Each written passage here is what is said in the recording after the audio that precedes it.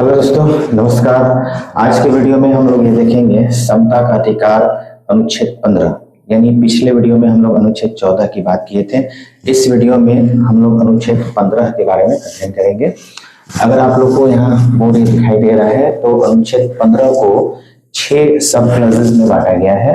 अनुच्छेद 15 का 1, 15 का 2, 15 का 3, 15 का 4, 15 का 5, 15 का 6। घबराना नहीं है देख करके, इतने सारे क्लॉजेज हैं। बहुत मामूली सा वर्ड इसमें लिखा गया है, बट डिफरेंशिएट है, सब में अंतर है। एक एक करके हम लोग अध्ययन करेंगे कि आखिर क्या बातें कही गई हैं। एक बात और यहाँ पे ध्यान दीजिएगा, हमने यहाँ पे 5 शब्द लिखे हैं, 5 वर्ड लिखे हैं। धर्म, जाति, लिंग, वंश और जन्म स्थान। ये जो 5 चीजें हैं, मुख्यतः यही 5 चीज के आधार पर जो है सारी बातें इसमें कही गई हैं। यानी जो समता का अधिकार, ये जो खंड है, हर खंड में समता की ही बात की जाती है, इक्वलिटी की ही बात की जाती है। अनुच्छेद 15 में जो समता की बात कही जा रही है वो इस 5 आधार पे कही जा रही है। यानी अगर हम लोग बात करें अनुच्छेद 15 का 1, तो इसमें कहा गया है कि राज्य मतलब हमारी भारत सरकार। राज्य का डेफिनेशन हम लोग ऑलरेडी पढ़ चुके हैं। राज्य जो है किसी भी व्यक्ति के साथ, किसी भी नागरिक के साथ जो है धर्म, जाति, लिंग, वंश और जन्म स्थान के आधार पर भेदभाव नहीं करेगी। 5 शब्द याद रखिएगा, धर्म, जाति, लिंग, वंश और जन्म स्थान के आधार पर भेदभाव नहीं करेगी। यानी कहने का अर्थ है कि धर्म के नाम पर सिख, मुस्लिम, ईसाई, ये सब के आधार पर भेदभाव नहीं करना है। जाति के आधार पर नहीं करना है। जाति मतलब जानते ही हैं, हमारे बिहार राज्य में कुछ ज्यादा ही जातिवाद के मामले आते हैं। तो लिंग के आधार पर, लिंग मतलब महिला पुरुष के आधार पर भेदभाव नहीं करना है। वंश के आधार पर नहीं करना है। वंश का मतलब मूल वंश, रेस जिसको बोलते हैं, कि आप इस वंश से हैं, आप इस वंश से हैं, तो उनको हम ज्यादा तवज्जो देंगे, उसको नहीं देंगे, इस आधार पर नहीं करना है। जन्म स्थान के आधार पर नहीं करना है। जैसे कोई दलित के घर पैदा हो गया, कोई ब्राह्मण के घर पैदा हो गया, इस आधार पर भेदभाव नहीं करना है। तो ध्यान रखना है कि जो अनुच्छेद 15 का 1 है, इसमें कौन भेदभाव नहीं कर रहा है? राज्य, स्टेट। और स्टेट का डेफिनेशन आप लोगों को पता है, पिछले वीडियो में अनुच्छेद 12 जब हम पढ़ाए थे तो उसमें बताए थे स्टेट का मतलब केंद्र की कार्यपालिका विधायिका, राज्य की कार्यपालिका विधायिका और पंचायत सरकार और बाकी अन्य सब। तो ध्यान देना है, अनुच्छेद 15 का 1 जो है वह धर्म, जाति, लिंग और वंश और जन्म स्थान के आधार पर भेदभाव नहीं करेगा। कौन नहीं करेगा? राज्य नहीं करेगा किसी भी नागरिक के साथ। सेकंड क्या है? अनुच्छेद 15 का 2 है।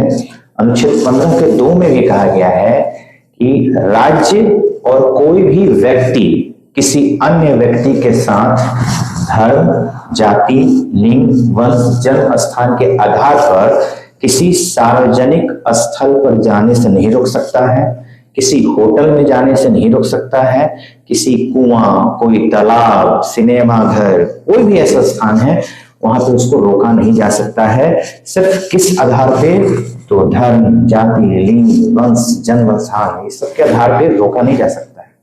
तो ध्यान रखना है कि 15 के 1 में सिर्फ राज्य ऐसा कर रहा है, बट आर्टिकल 15(2) में राज्य भी भेदभाव नहीं करेगा और साथ ही साथ इसमें जो नागरिक है वो भी भेदभाव नहीं करेंगे। ध्यान देना है, 15(1) में सिर्फ राज्य बात की जा रही है, 15(2) में राज्य और नागरिक दोनों की बात की जा रही है। ठीक है, आधार बेस यही है, ये 5 वर्ड है, इस आधार पर भेदभाव नहीं करना है। देखिए, हमारे संविधान में बातें तो लिखी हुई हैं कि इस आधार पर भेदभाव नहीं करना है, परंतु आज के समय में आप देखिएगा कहीं ना कहीं भेदभाव तो दिख ही जाता है। जैसे धर्म के नाम पे भी थोड़ा बहुत दिख ही जाता है, जाति के नाम पे थोड़ा ज्यादा दिखता है, लिंग के आधार पे भी थोड़ा बहुत भेदभाव तो दिख ही जाता है। महिला पुरुष या लड़के लड़की की बात करें तो कहीं ना कहीं परिवार में थोड़ा बहुत लड़कों को ज्यादा स्वतंत्रता प्राप्त है, लड़कियों को थोड़ा कम है। ग्रामीण क्षेत्रों में देखा जाता है। शहरी क्षेत्रों में तो धीरे धीरे लोग जो है इसको लेकर के अवेयर हो रहे हैं, जागरूक हो रहे हैं। ग्रामीण क्षेत्र में भी धीरे धीरे जागरूक हो रहे हैं और सबको होना चाहिए। तो यहाँ पे समानता का भाव लाना पड़ेगा। वंश, जन्म स्थान, ये सब के आधार पर भेदभाव नहीं करना है। तो आर्टिकल 15(1) में सिर्फ राज्य मतलब भारत देश, भारत सरकार, राज्य की सरकार, केंद्र की सरकार, पंचायत सरकार, ये लोग नहीं करेंगे। जबकि आर्टिकल 52 में राज्य और नागरिक दोनों में से कोई नहीं करेगा। जैसे कोई एक व्यक्ति किसी दूसरे व्यक्ति को रोक रहा है, जैसे मान लीजिए होटल है, होटल एक सार्वजनिक स्थान में कोई भी जा सकता है। यहाँ तक कि अगर हम जाते हैं किसी 5 स्टार होटल में, 7 स्टार होटल में, तो वहां पे इतना तक है हमको अधिकार कि हम वहां पे एक गिलास पानी पी करके भी आए तो हमसे पैसा नहीं मांग सकता इस चीज के लिए। फ्री है, जाइए पीजिए, अधिकार है हमें पीने का। तो वहां पे वो रोक नहीं सकता है, चाहे हम किसी भी स्थिति में हो, किसी भी जाति से हो, किसी भी धर्म से हो, तो नहीं रोका जा सकता है। तो ध्यान रखना है। इसी 5 शब्द के आधार पर आर्टिकल 15 का 1, आर्टिकल 15 का 2, इस पे भेदभाव नहीं करना है। अंतर ये है, आर्टिकल 51 में सिर्फ राज्य कर रही है और आर्टिकल 52 में राज्य प्लस नागरिक दोनों के साथ व्यवस्था है। अब अगर हम बात करें आर्टिकल 53, आर्टिकल 53 जो है आर्टिकल 51 और आर्टिकल 52 होने के बावजूद, यानी 15 का 1 और 15 का 2 होने के बावजूद महिला और बच्चों को विशेष अधिकार दिया गया है। आर्टिकल 53 है, ये खास करके बात करता है विशेषाधिकार का, वो भी किसका, महिला और बच्चे। जो महिलाएं हैं और जो बच्चे हैं उनके साथ बात किया जाता है कि विशेषाधिकार का।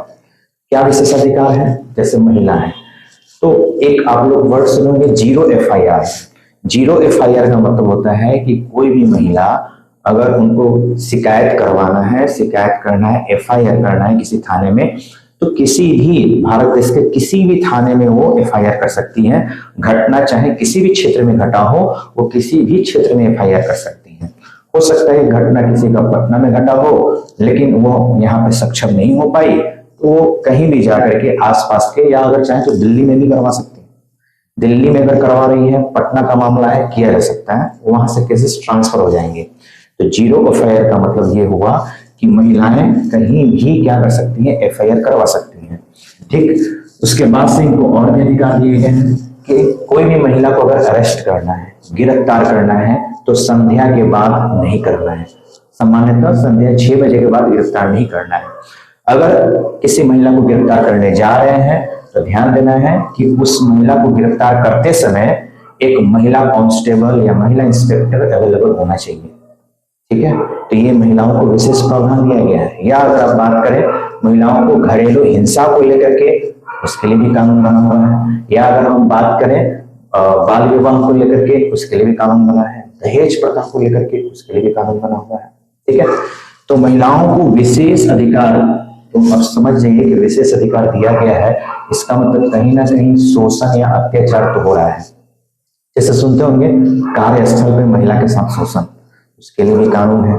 सुनते होंगे कि अगर कोई जॉब करने जा रही है महिला, आने जाने में जो उनको समस्या हो रही है उसके लिए प्रॉब्लम। कहीं राज्य सरकार तो आने जाने के लिए फ्री सुविधा दी हुई है। दिल्ली में आकर देख लीजिए, मेट्रो में महिलाओं को फ्री सुविधा मिलता है, बसों में फ्री सुविधा मिलता है। तो कुछ विशेषाधिकार तो उनको दिया गया है। बच्चों के लिए देखिएगा एक एक्ट जो है, पॉक्सो एक्ट है, ये 2012 में बनाया गया था।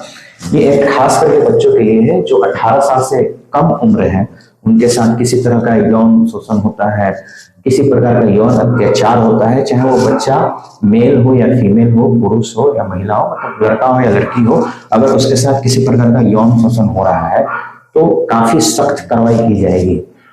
तो ये एक्ट बना 2012 में, धीरे धीरे इसमें संशोधन किया है। 2020 में भी इसमें काफी संशोधन किया गया है, काफी स्ट्रिक्ट इसको बनाया गया है खास करके।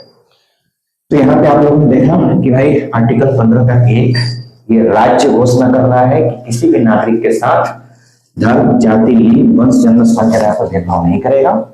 आर्टिकल 15 का जो 2 है, इसमें राज्य और नागरिक दोनों ही धर्म, जाति, लिंग, वंश, जन्म स्थान के आधार पर किसी भी व्यक्ति को कहीं सार्वजनिक स्थान पर जाने से रोक नहीं सकता है।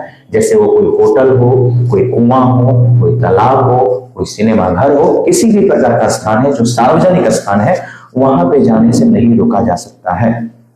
आर्टिकल 53 है, इसमें आर्टिकल 51 और आर्टिकल 52 होने के बावजूद महिला और बच्चों को एक विशेष प्रावधान दिया गया है, इनको एक विशेष अधिकार दिया गया है, जो कि कुछ कुछ बातें हम लोगों ने यहाँ पे किया। अब आर्टिकल 15(4) है, आर्टिकल 15 का 4 है।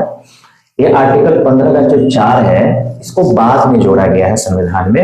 अगर हम बात करें कब जोड़ा गया? तो फर्स्ट अमेंडमेंट हुआ था, पहला संशोधन हुआ था संविधान में। और आप लोग को ध्यान भी होगा कि पहला संशोधन 1951 में हुआ था। और इस संशोधन के अंतर्गत कहा गया कि जो व्यक्ति पिछड़ा वर्ग का है, जो व्यक्ति अनुसूचित जाति, अनुसूचित जनजाति कैटेगरी का है, आज के डेट में जिसको बीसी या एससी एसटी कहते हैं, उनको शिक्षण संस्थान में उनके लिए सीटें आरक्षित की जाएंगी। ध्यान दीजिएगा, 15 का जो 4 है वो कहता है कि जो पिछड़े वर्ग के लोग हैं, जो अनुसूचित जाति, अनुसूचित जनजाति कैटेगरी के लोग हैं, उनको शिक्षण संस्थान में सीटें उनके लिए आरक्षित की जाएगी। और ये जो पिछड़े वर्ग हैं, जो अनुसूचित जाति, अनुसूचित जनजाति हैं, इनको पिछड़ा इसलिए माना जा रहा है, कुछ एक आधार होना चाहिए।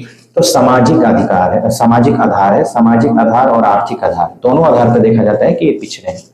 तो इस आधार पे आर्टिकल 15(4) के तहत कहा गया है कि शिक्षण संस्थान में इनके लिए अलग से सीटें आरक्षित की जाएंगी। ठीक है, तो यहाँ पे ध्यान दीजिएगा, आर्टिकल 15(5) जो है, इसमें क्या हुआ कि ठीक है शिक्षण संस्थान में सीटें आरक्षित तो रहेंगी, परंतु बात ये आई कि क्या निजी शिक्षण संस्थान में भी सीटें आरक्षित रहेंगी या नहीं रहेंगी।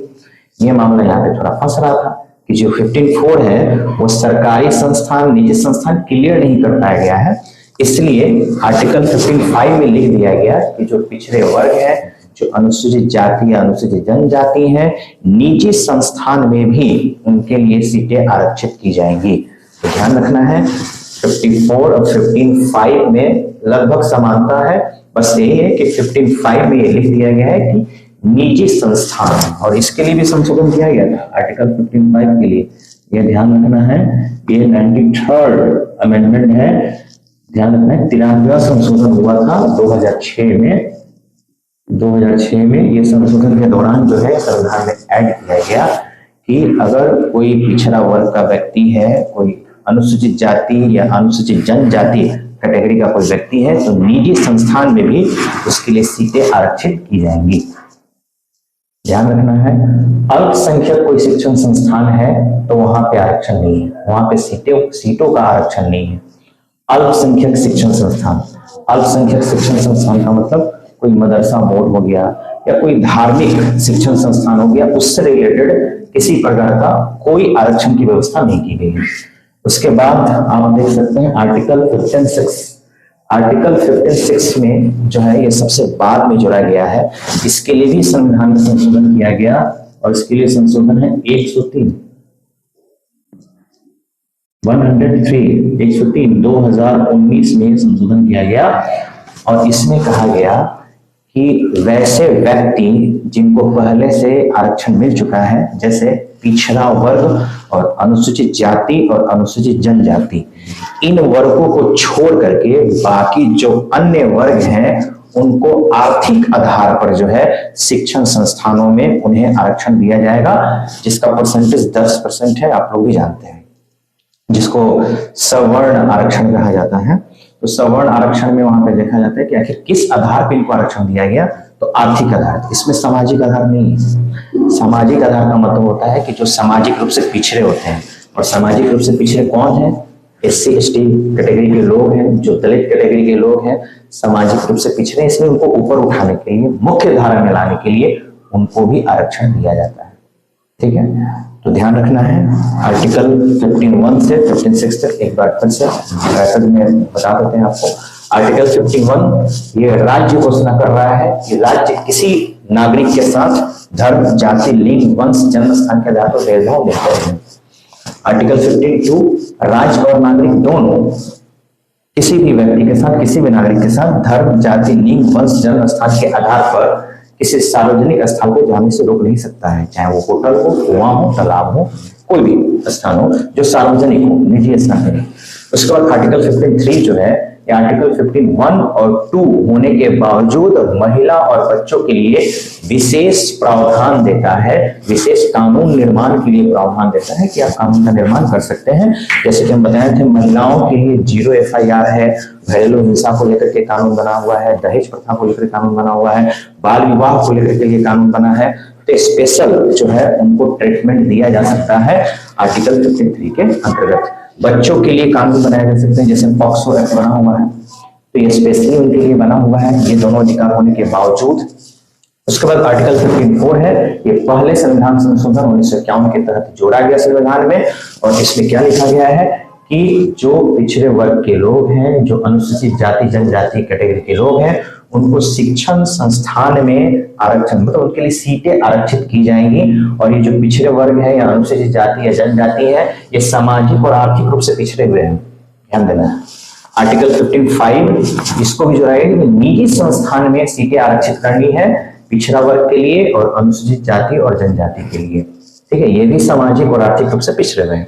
परंतु जो सबसे अंतिम है, आर्टिकल 15 का 6 जो है, वो सबसे लास्ट में संशोधन करके जोड़ा गया। 103वां संशोधन है संविधान का, जो 2019 में किया गया था। इस संशोधन में कहा गया कि पिछड़ा वर्ग और अनुसूचित जाति जनजाति को छोड़ करके बाकी अन्य जो वर्ग हैं, उनके लिए शिक्षण संस्थान सरकारी और निजी दोनों, सरकारी शिक्षण संस्थान और निजी शिक्षण संस्थान दोनों में ही आरक्षण दिया जाएगा, जिसका प्रतिशत 10% होगा, ठीक है। तो यहाँ पे कुल मिला के सारे अनुच्छेद, उसके सब क्लॉजेस हम लोगों ने बात कर लिया। ध्यान देना है कि इसमें ये जो दो आर्टिकल 15(1), 15(2) देख रहा है, ये मूल संविधान में ऑलरेडी थे, बाद में ये सब जोड़े गए हैं। और इंपॉर्टेंट तो यही है, आर्टिकल 15(3), 15(4), 15(5), 15(6) इंपॉर्टेंट यही है, खास करके ये ज्यादा इंपॉर्टेंट है। संविधान संशोधन याद रखना है, एक पहला संविधान संशोधन, दूसरा 93 और लास्ट जो 103वां संविधान संशोधन था। यहाँ पे हम लोगों ने आर्टिकल 15 के बारे में बात कर लिया। नेक्स्ट वीडियो में फिर हम लोग आगे भी बात करेंगे आर्टिकल 16, 17, 18, ऐसे ही एक एक करके हम लोग खंड बाय खंड बात कर लेंगे। धन्यवाद।